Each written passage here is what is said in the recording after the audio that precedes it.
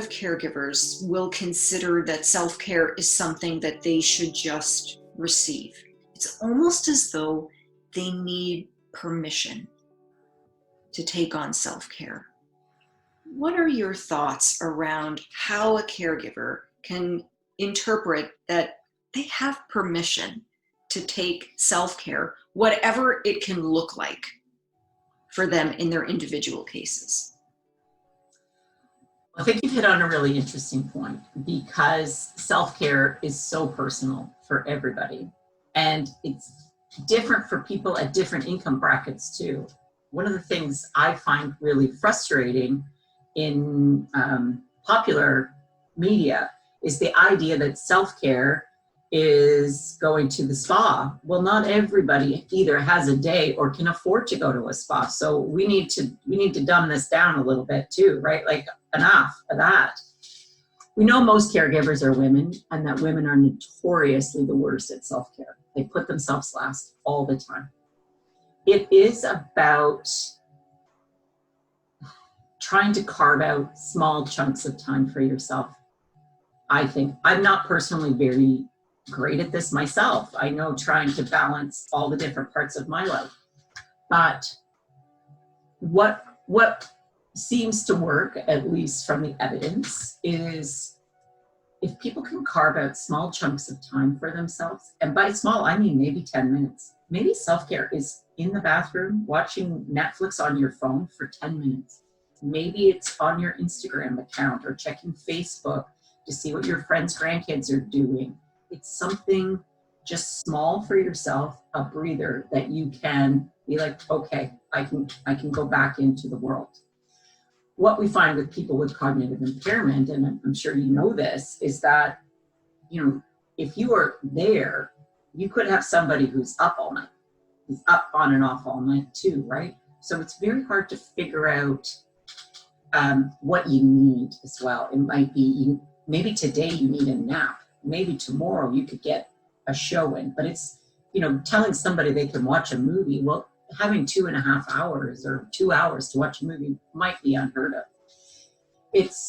There are so many resources out there. If people really need to talk to somebody, if they really need to feel they need the permission, there isn't a physician or a social worker or someone at the Alzheimer's Society who wouldn't prescribe that. And we're seeing more and more social prescriptions. So I'm telling you, you have to have a few minutes to do whatever the thing it is you like to do. And it might be just sitting outside, it might be going for a short walk, but again, some of that can be very, very challenging in terms of, if you can't leave your person, don't tell me to go out for a walk, because I can't.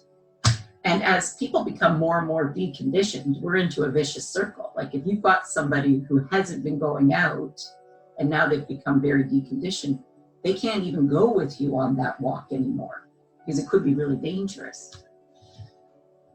It's knowing that you need to do it for yourself, because if you don't, it goes back to also speaking your fears out loud about COVID.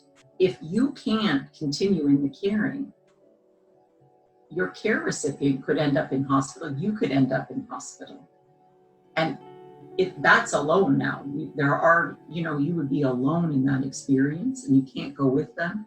And some of that is disaster planning, worst case scenario, thinking about that, thinking, if I don't take a couple of 20-minute breaks here, it could be like the whole house of cards could come falling down, right?